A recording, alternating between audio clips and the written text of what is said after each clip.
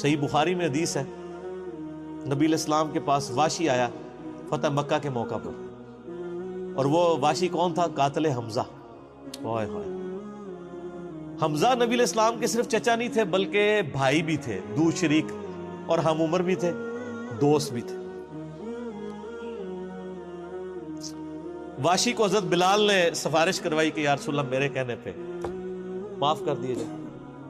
واشی پیش ہوا، فرمایا واشی یا رسول اللہ قاتل حمزہ، یا رسول اللہ تیرا ایمان قبول ہے، لیکن کیا تو ایسا کر سکتا ہے کہ اپنی شکل مجھے نہیں دکھا؟ اوئے ہائے ہائے، یہ وہ شخص ہے جو حریص علیکم بالمؤمنین رؤوف الرحیم ہے، لیکن چچا کے معاملے میں، اور وہ چچا ایسا نہیں جو صرف چچا ہی تھا، وہ دین کا مجاہد تھا، دین کے لیے کنٹریبیوشن تھی۔ اور میں آپ کو علا وجہ بصیرت کہتا ہوں کہ حضور کی وفات کے وقت اگر حضرت حمزہ زندہ ہوتے، خلیفہ اول حضرت ابوبکر نے نہیں ہونا تھا، حضرت حمزہ نہیں ہونا تھا۔ اس کا لاجیکل ثبوت یہ ہے کہ غزوہ بدر میں مسلمانوں کا لیڈر کون تھا آرمی کا؟ حضرت حمزہ۔ نبی علیہ السلام تو خیمے میں تھے نا، مسلمانوں کو لیڈ کون کر رہا تھا؟ حضرت حمزہ۔ غزوہ احد میں کون لیڈ کر رہا تھا؟ حضرت حمزہ۔ اسی لیے آپ نے پھر غزوہ احد کے شہداء پہ جا کے جنازہ پڑھا تھا نا، کہ ان کی وجہ سے بعد والے لوگ بینیفیشری ہوں گے، تو یہ لوگ تو بینیفیشری نہیں ہوئے، ان کو تو سب کچھ آخرت میں ملا ہے۔ یہ نہ ہو کہ اب تم آپس میں، بخاری مسلم میں یہ بھی حدیث ہے، میرے بعد کافر نہ ہو جانا کہ ایک دوسرے کی گردنیں کاٹنا شروع ہو جاؤ، اور وہی ہوا پھر بعد میں۔ تو نبی علیہ السلام نے قاتل حمزہ کو معاف کیا، اور فرمایا پوری زندگی پھر واشی سامنے نہیں آیا حضور کے، حالانکہ آپ کو تو اللہ نے گارنٹی دی ہے حریص علیکم بالمؤمنین رؤوف الرحیم۔ نبی علیہ السلام مومنین پر رؤوف بھی ہیں، رحیم بھی ہیں۔ اب میں تھوڑی سی انجینئرنگ کرتا ہوں کہ انسان کو اپنے چچا سے زیادہ محبت ہوتی ہے یا اپنی اولاد سے؟ مطلب اس پہ تو کوئی دوسری رائے نہیں ہے۔ جن جن کے بچے ہیں، میرے بھی اپنے بچے ہیں، آپ میں سے بھی اکثر لوگ شادی شدہ بیٹھے ہیں، آپ خود انالیسس کر لیں، بلکہ اولاد تو بعض کا انسان کو ماں باپ سے آگے ہو جاتی ہے۔ تو جن لوگوں نے حضرت حمزہ کے ساتھ ظلم کیا اور ان کو قتل کیا، ان کا ایمان قبول نہیں کیا گیا۔ تو جن لوگوں نے حضرت حسین ابن علی کے ساتھ ظلم کیا، یا حضرت علی ابن ابی طالب کو تکلیفیں دی ہیں جو حضور کے بچوں کی جگہ تھے، ان کے بارے میں آپ ایکسپیکٹ کر سکتے ہیں کہ نبی علیہ السلام کے دل میں ان کے بارے میں کوئی محبت کے جذبات ہو؟ Not at all. حتیٰ کہ آپ دیکھ لیں مسند احمد میں تواتر سے وہ حدیث نقل ہوئی ہے کہ ابن عباس کہتے ہیں کہ ایک دوپہر کے وقت میں نے خواب دیکھا اور میں گھبرا کے اٹھ گیا اس خواب کی وجہ سے۔ میں نے دیکھا کہ نبی علیہ السلام جو ہے وہ پرانگدہ حالت ہے، بال بکھرے ہوئے ہیں، جسم پہ گرد پڑی ہوئی ہے، ہاتھ میں خون کی ایک شیشی ہے، اور میں نے کہا یا رسول اللہ میرے ماں باپ قربان، آپ کی کیا حالت ہے؟ تو فرمایا کہ یہ حسین اور اس کے ساتھیوں کا خون ہے جو صبح سے میں کربلا میں سمیٹ رہا ہوں۔ اور یعنی ایک اللہ کی طرف سے دکھایا گیا یہ تشبیہ، یعنی ایک لادہ سے ایک محکمہ خواب کے محکمہ بالکل الگ سے۔ آپ مجھے خواب میں آئے تو آپ کو نہیں پتا ہوگا کہ آپ میرے خواب میں آئے، یہ اللہ تعالیٰ تمثیلاً دکھاتا ہے۔ اور نبی علیہ السلام کو خواب میں دیکھ رہا ہے کون؟ صحابی، تو وہ تو کنفرم ہے، بخاری مسلم میں حدیث ہے جس نے مجھے خواب میں دیکھا میری شکل میں شیطان نہیں آ سکتا، اور وہ شکل صحابی کو تو پتا تھی، اور صحابی بھی عام نہیں، عبداللہ ابن عباس کہتے ہیں میں گھبرا کے اٹھا، میں نے وقت اور تاریخ نوٹ کر لی اور دن بھی، کئی ہفتوں بعد پتا چلا کہ اسی دن 10 محرم 61 ہجری میں حضرت حسین ابن علی کو شہید کیا۔ تو حسین ابن علی کی وفات کے اوپر یہ ابن عباس کو خواب میں آنا حضور صلی اللہ علیہ وسلم نے انڈیکیٹر دے دیا نا، اسی حدیث کو نقل کر کے اسماعیل دہلوی، جس کو دیوبند اور اہل حدیث جو اس وقت پریکٹیکلی یعنی ایک سمجھ لیں کہ یزید کے ٹھیکیدار بنے ہوئے ہیں اس کے دفاع کے اوپر، ان کے مشترکہ امام ہے اسماعیل دہلوی، شاہ ولی اللہ دہلوی کا پوتا۔ اس نے جو کتاب لکھی ہے نا تقویت الایمان، جس میں گستاخیاں بھی ہیں، وہ اس کتاب کے اندر ہم نے اس کا جے پی جی بھی لگایا تھا، اس میں اس نے لکھا ہے کہ اس حدیث سے پتہ چلا کہ نبی علیہ السلام وفات کے بعد بھی اللہ کی جنتوں میں حسین کے قتل کی وجہ سے غم زدہ ہیں۔ اور اس نے بھی لکھا یزید پلید لفظ لکھا، وہ اس پوری کتاب میں جہاں جہاں لفظ استعمال کرتے ہیں یزید پلید استعمال کرتے ہیں، تو بعد میں سعودی ایران ٹسل شروع ہوئی تو یہ یزید کی وکالت کرنی شروع کر دی. اہل حدیث تو خیر اس وقت ناصبیت اور یزیدیت کا جھنڈا اٹھائے ہوئے ہیں. دیوبند میں کم لوگ ہیں ایز کمپیئر ٹو اہل حدیث, اور بریلویوں میں تو بہت ہی کم ہے. تو یہ میں آپ کو صرف ایک کمپیریزن بتا رہا ہوں کہ انسان کو اپنی اولاد سے جو محبت ہوتی ہے وہ تو آپ سوچ نہیں سکتے. ترمذی میں اور مسند احمد میں حدیث ہے, نبی علیہ السلام نے حضرت حسین کو اٹھایا ہوا ہے اور آپ فرماتے ہیں اللہ یہ میرے بیٹوں میں سے ایک بیٹا ہے, اے اللہ اس سے محبت کر جو اس سے محبت کرے, اس سے دشمنی رکھتے اس سے دشمنی رکھتے. ہم یہ پوچھتے ہیں کہ حسین سے دشمنی کس نے رکھی ہوئی ہے, ذرا پوائنٹ آؤٹ کریں نا. کیا یہ تھریٹیکل بات ہے؟ تھی نا دشمنی, آج تک ہے, اس زمانے میں بھی تھی. تو وہ ان لوگوں کو پھر ان کے ساتھ کیا معاملات ہوں گے. باقی واقعہ کربلا والا ریسرچ پیپر 5B پڑھ لیں تو آپ کو معاملات کلیئر ہو جائیں گے. تو یہ غل کے اوپر میں نے بات کی, اور اس کے اوپر بعض لوگوں جو ہیں وہ اس حدیث کے اندر تحریف بھی بعض لوگوں نے کی ہے, بعض لوگوں نے جان بوجھ کے کی ہے, بعض لوگوں نے انجانے کے اندر کیا ہے. یہ روایت المستدرک الحاکم میں بھی موجود ہے اور صحیح سند کے ساتھ, اور المصنف ابن ابی شیبہ کے اندر بھی موجود ہے کہ مولا علی علیہ السلام جو ہیں وہ ان کے پاس حضرت طلحہ کا بیٹا آیا, عثمان ابن طلحہ. تو آپ اس کو جب ملتے ہوئے آپ نے نا سورہ حجر کی وہ آیت پڑھی کہ جو اہل ایمان کے دلوں میں ایک دوسرے کے بارے میں غل آ جائے گا نا, قیامت والے دن اللہ تعالیٰ ان کے دل سے وہ غل دور کر دے گا. پھر وہ جنت میں آمنے سامنے بیٹھے ہوئے ہوں گے تختوں کے اوپر, ٹیک لگائے ہوئے تکیوں کے اوپر.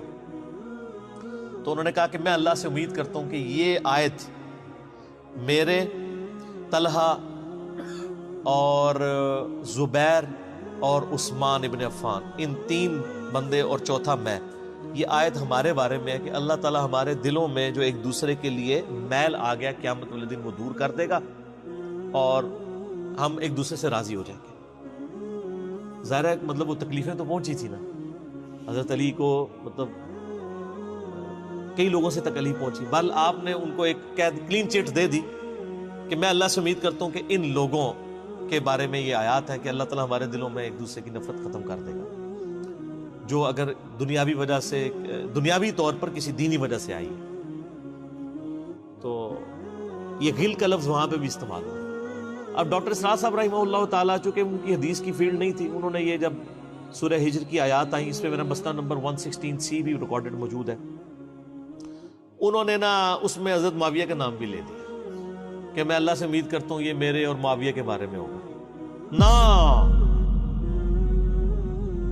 وہ نام لیے ہی نہیں ہے, آپ خود سے نہ داخل کریں. حضرت معاویہ کو حضرت علی نے نہیں معاف کیا, پوری زندگی معاف نہیں کیا, کیونکہ ان کی وجہ سے خلافت کا نظام ٹوٹا تھا. حضرت طلحہ تو میدان جنگ سے چھوڑ کے چلے گئے تھے. جب عمار ابن یاسر کو دیکھا کہ وہ سامنے ہیں تو انہوں نے کہا عمار کو تو باغی جماعت قتل کرے گی, وہ چھوڑ کے چلے گئے. تو مروان نے ان کے گھٹنے میں تیر مارا, مستدل الحاکم میں آتا ہے, اور وہ شہید ہو گئے. حضرت زبیر وہ صحابی ہیں یعنی جو نبی علیہ السلام کے بہادر ترین اصحاب میں سے. 12 بندے غزوہ احد میں حضور کے ساتھ رہ گئے تھے 700 میں سے غزوہ احد کے اندر, ان میں سے ایک حضرت زبیر بھی تھے. اور یہ تلوار کمال کی چلاتے تھے, اکیلے میدان جنگ میں آگے چلے جاتے تھے. بخاری میں آتا ہے کہ ان کا بیٹا عبداللہ ابن زبیر کہتا ہے کہ میرے باپ کے 2 شانوں کے درمیان اتنا بڑا زخم تھا جو ہیل اپ ہو گیا تھا, لیکن پھر بھی گڑا پڑا ہوا تھا, میں پورا ہاتھ اس میں داخل کر لیتا تھا, اور وہ زخم ان کو احد کے موقع پہ لگا تھا. ٹھیک ہے. اور پھر جنگ, اسی حدیث میں بخاری کے آتا ہے کہ جنگ یرموک کے موقع پر لوگ یعنی لیڈر کے اوپر چل رہے ہوتے ہیں, تو حضرت زبیر بھی ایک اسکواڈ کو لیڈ کر رہے تھے. تو لوگوں نے کہا حضرت آپ آگے جائیں. انہوں نے کہا جب میں آگے جاؤں گا تو میرے ساتھ کوئی نہیں آگے جا سکتا. وہ اکیلے گھوڑے کو انہوں نے جو ہے وہ ایڑی لگائی اور رومن امپائر کی یعنی فوج کے اندر گھس گئے, اور کوئی بھی ان سے لڑنے کے لیے تیار نہیں ہوتا تھا. اتنی بہادری تھی ان کے اندر. لیکن جنگ جمل میں حضرت علی کے مقابلے پہ آ گئے.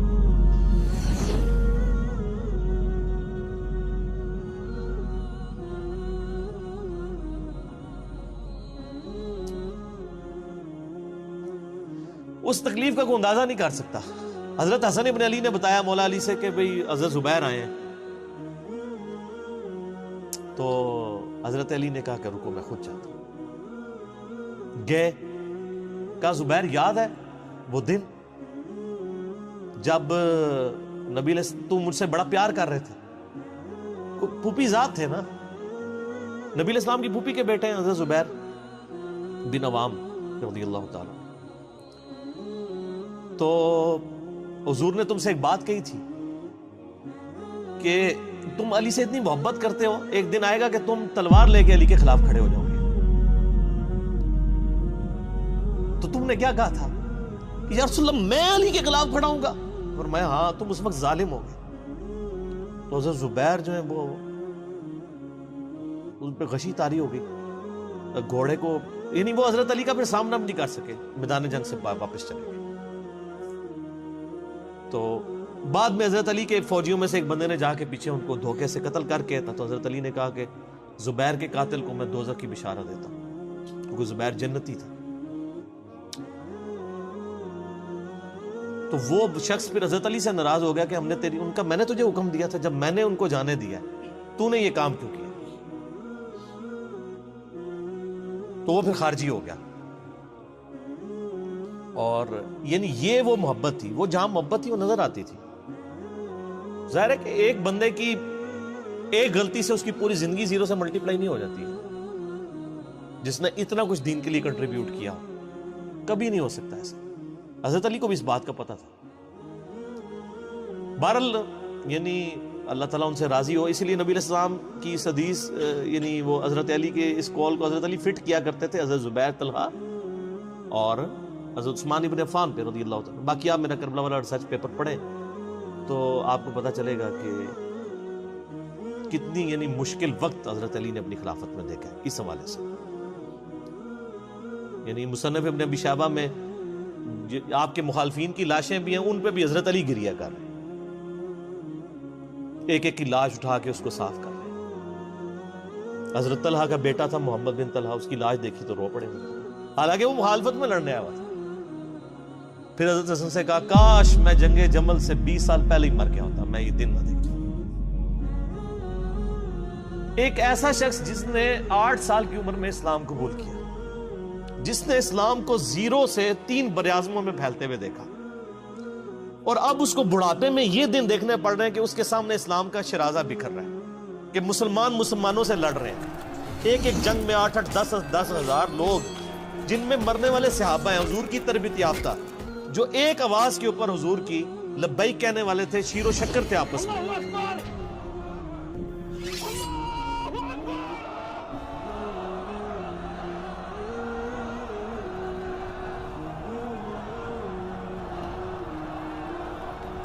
آپ اندازہ کر سکتے ہیں. اسی لیے حضرت علی جو ہیں وہ یعنی کوفے میں شہر سے باہر آپ کو پتہ ہے کنویں ہوا کرتے تھے، اکیلے جا کے کنویں پہ بیٹھ کے رویا کرتے تھے کہ اللہ اس امت کے ساتھ کیا ہو گیا. کوشش کرتے رہے، اینڈ رزلٹ یہ ہے کہ وہ خلافت کا نظام. اسی لیے مصنف ابن ابی شیبہ میں آتا ہے کہ آپ نے فجر اور عشاء کی نمازوں میں قنوت نازلہ پڑھی، اللہم علیک بمعاویہ و اشیاءہ، اے اللہ معاویہ اس کے شیعہ کو برباد کر، علی اور اس کے عمرو بن عاص اور اس کے شیعہ کو، ابا سلمی اور اس کے شیعہ کو، قیس اور اس کے شیعہ کو برباد کر. باقی احادیث میں آپ علیہ السلام نے جو بشارت کر دی تھی، سنن صحیح کبریٰ کے اندر حدیث موجود ہے، حاکم کے اندر، کہ نبی علیہ السلام نے حضرت علی سے ایک دن فرمایا تھا، اے علی اگلی امتوں میں سب سے بڑا بدبخت وہ تھا جس نے قوم عاد کی اونٹنی کو قتل کیا اور اس کے بعد عذاب آ گیا. میری امت کا سب سے بڑا بدبخت وہ ہوگا جو تیرے سر کے خون سے تیری داڑھی کو رنگ دے، اور وہی ہوا ہے. اور اس کے بعد پھر دیکھیں امت ایک جگہ جمع نہیں ہوئی ہے. حضرت علی ایک آخری کوشش تھے، اور جن لوگوں نے اس وقت ساتھ نہیں دیا پھر ان کو دنیا میں اس کا خمیازہ بھگتنا پڑا ہے. عبداللہ بن عمر نے بیعت نہیں نہ کی تو صحیح بخاری اٹھا کے دیکھیں، عبداللہ بن عمر کو آل امیہ نہیں قتل کروایا، حجاج بن یوسف نے زہر آلود نیزہ مروا دیا. اور حاکم کے اندر مجموع الزوائد کے اندر موجود ہے، حضرت عبداللہ بن عمر آخری عمر میں کہا کرتے تھے کاش میں اس وقت علی کا ساتھ دیتا اور یہ خلافت کا نظام تو بچ جاتا. کیونکہ کئی لوگ بیچ میں نیوٹرل ہو گئے تھے جو پھر ساتھ نہیں دیا، تو اس کی وجہ سے پھر حضرت علی کے چونکہ اب پاس اتنی مین پاور نہیں تھی کہ اس سسٹم کو سنبھال سکتے، بال پھر وہ شہید ہو گئے اور پھر معاملات آگے. خیر بات کہاں سے کہاں نکل گئی، کیونکہ یہ اس کے ساتھ غل کا لفظ تھا تو یہ غل کے لفظ کو ایڈریس کرنا ضروری تھا. تو آج ہم جب جنگ جمل صفین نہروان کو ڈسکس کرتے ہیں تو یہ کوئی غل والی بات نہیں ہے، یہ وہ چیزیں ہیں جو ایک ریالٹی ہیں، اور وہ اگر یہ غل والی بات ہے تو نبی الاسلام کے دل میں بھی نعوذ باللہ غل تھا، مولا علی کے دل میں بھی غل تھا، ایسا نہیں تھا۔ وہ دین کی حمیت کہلاتی ہے، اس کو غل نہیں آپ کہتے۔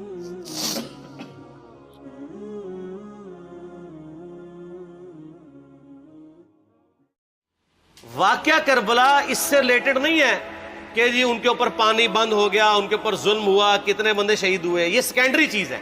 اصل چیز ہے کربلا ہوئی کیوں نبی علیہ السلام کی محنت کو 50 سال کے اندر اس لیول تک پہنچا دیا گیا کہ ہزاروں صحابہ زندہ ہیں اور نبی صلی اللہ علیہ وآلہ وسلم کی پوری اولاد ذبح کر دی جاتی ہے۔ ہم تو یہ کہہ نہیں رہے کہ کیسے ذبح کیا انہوں نے، آری چلائی تھی یا تلوار چلائی تھی، یہ تو واقعہ کربلا تو سب کو پتہ ہے، ان کی شہادت بھی سب کو پتہ ہے۔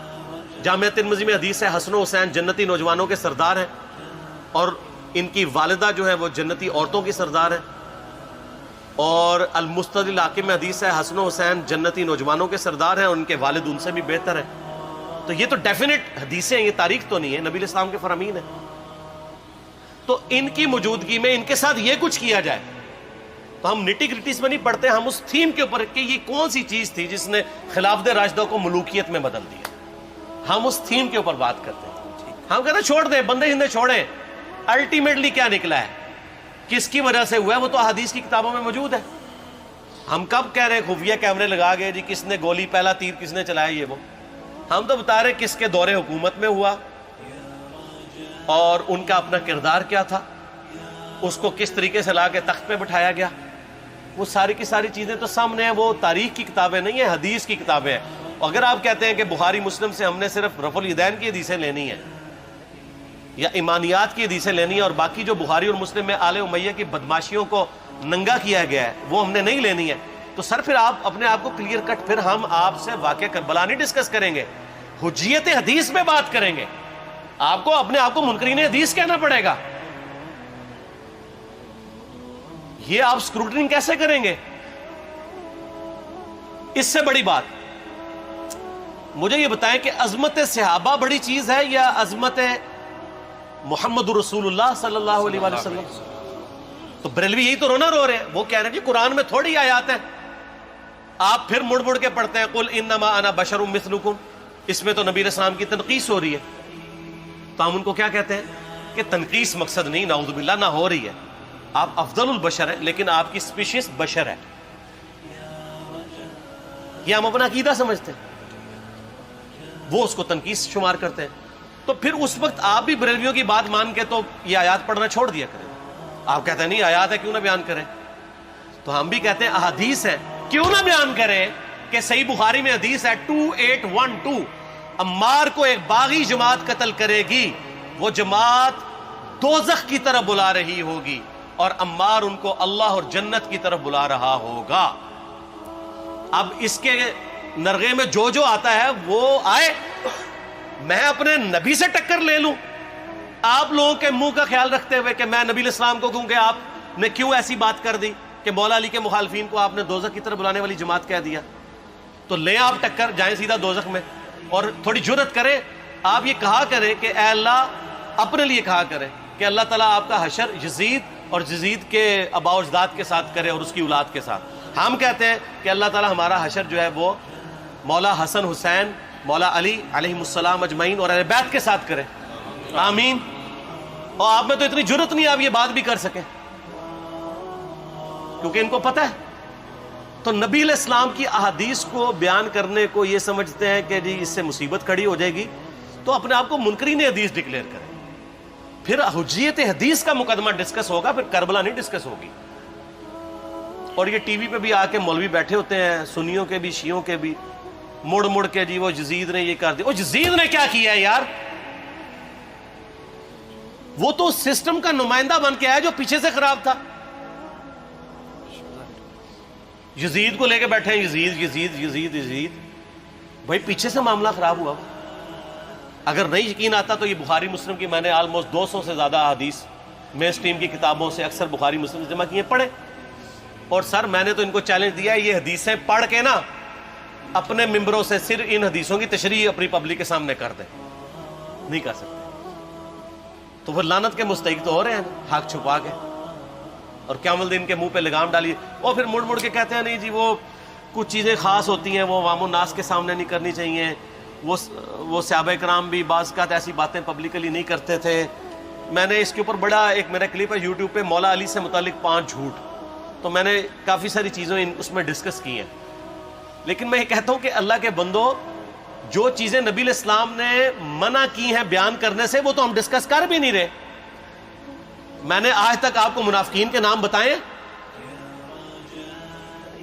آپ نے حذیفہ ابن یمان کو بتائے تھے نا آپ صلی اللہ علیہ وسلم نے، صحیح بخاری میں آتا ہے، تو میں نے آپ کو بتائے، آپ رازدار رسول تھے، وہ ختم ہوگی بات۔ میں نے کبھی ڈسکس کی ہے؟ اگرچہ میں نے صحیح مسلم کی حدیث 7035 نمبر ڈسکس کی ہے کہ نبی علیہ السلام نے فرمایا میرے صحابہ میں 12 منافق ہیں، وہ کبھی بھی جنت میں داخل نہیں ہوں گے یہاں تک کہ سوئی کی ناکے سے اونٹ نہ گزر جائے، اور ان میں سے 8 ایسے ہیں جس کی کمر پہ دوبیلا پھوڑا نکلے گا۔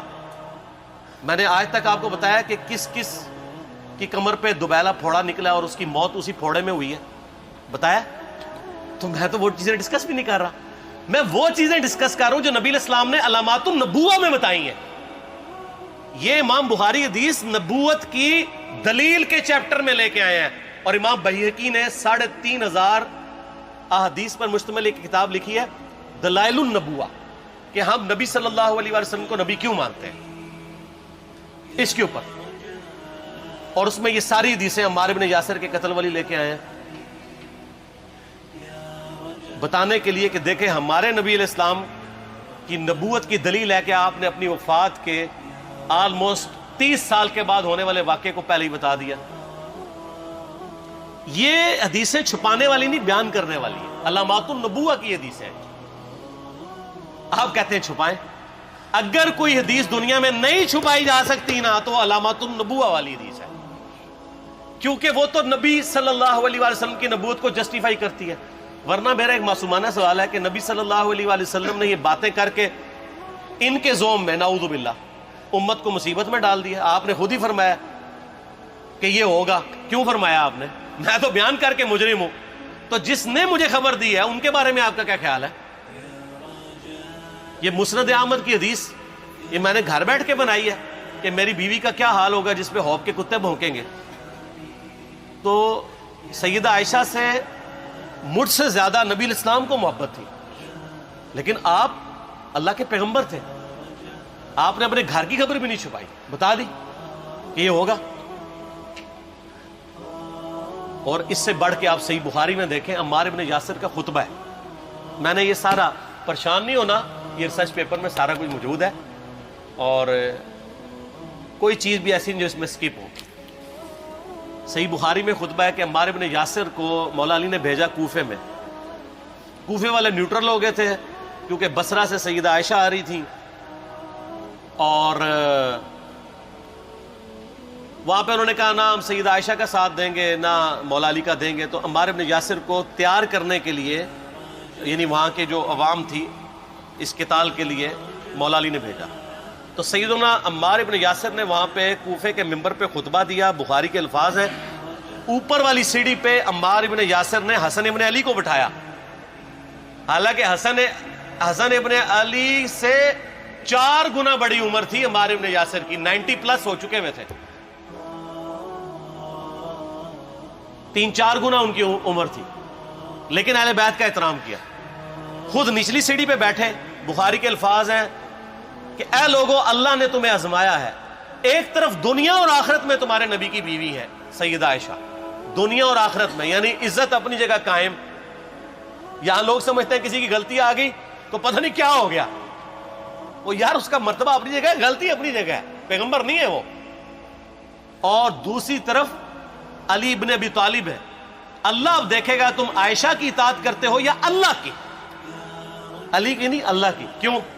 یا ایھا الذین آمنوا اطیعوا اللہ واطیعوا الرسول واولی الامر منکم، ان کا اولو الامر مولا علی ہیں، ان کی اطاعت واجب ہے۔ یہ اللہ نے آزمایا ہے کہ اللہ کی اطاعت کرتے ہو یا عائشہ کی۔ اور آپ حیران ہوں گے، یہ حدیث امام بخاری حضرت عائشہ کی فضیلت والے چیپٹر میں لے کے آئے ہیں۔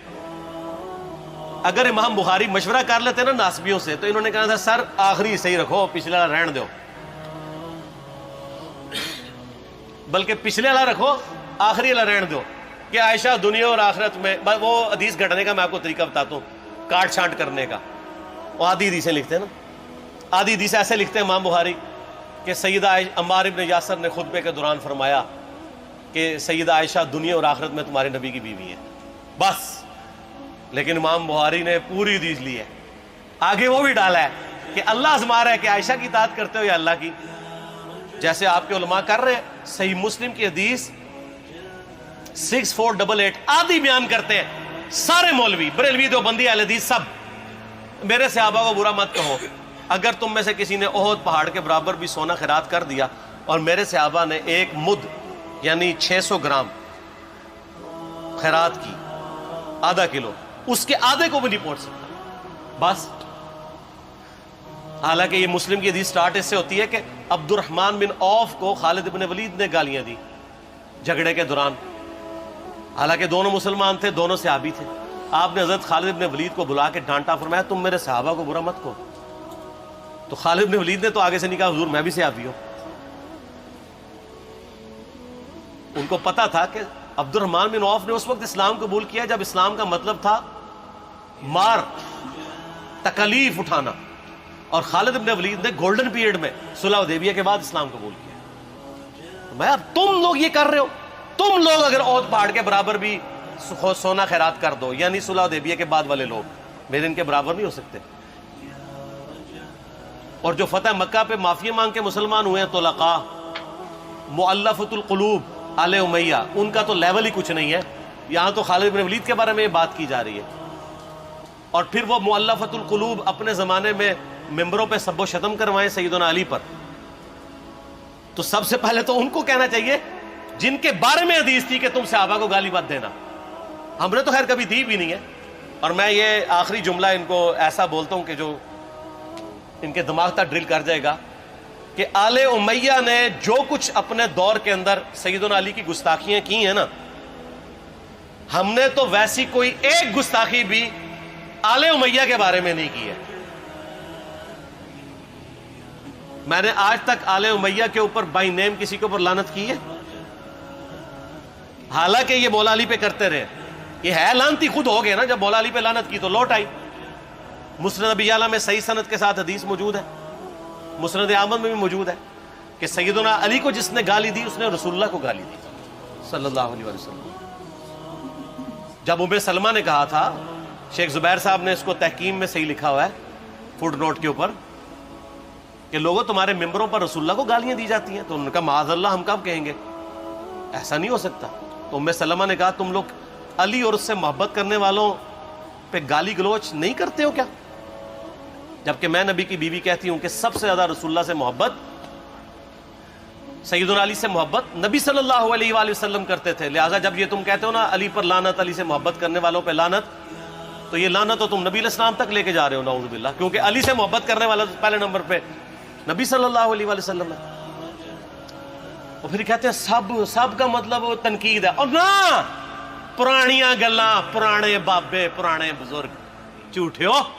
صحیح مسلم کھولو 6229 غدیر خم سے اگلی حدیث، لعن اللہ ابا التراب کے الفاظ ہیں، مٹی والے ابن ابی طالب پر لعنت، یہ الفاظ موجود ہیں. سب کا ترجمہ لعنت ہی ہے، تنقید نہیں ہے. اچھا پھر میرا معصومانہ سوال ہے کہ اس کا مطلب ہے صحابہ پہ تنقید کرنا اچھا کام ہے؟ کہیں گے نہیں. تو بتاؤ یہ برا کام کون کرتا تھا؟ شیعہ کا ابا کون ہے؟ رافضیوں کا ابا کون ہے؟ آل امیہ. تو لہذا شیعہ نو میں کہنا کہ تسی شیخین کے اوپر بکواس اور تبرہ کرنے کی بجائے نا، آپ لوگوں کو حقائق بتائیں کہ ٹوٹی کمند کہاں. یہ سب مجرمین آل امیہ ہے. اور یہ آل امیہ اور بنو ہاشم کی لڑائیاں نبی اسلام کی بعثت سے پہلے چل رہی تھی، صدیوں سے چل رہی تھی. وہ تو پھر اللہ نے بنو ہاشم کو نبوت کے لیے چنا، تو ان کو یہ پھر جیلسی ہضم نہیں ہوئی، وہ چیز آگے چلتی تھی. خیر چھوڑ دیں، ایک تلخ ٹاپک ہے. صلاۃ بر محمد و آل محمد، اللہم صلی علی محمد و علی آل محمد. ٹھیک ہو؟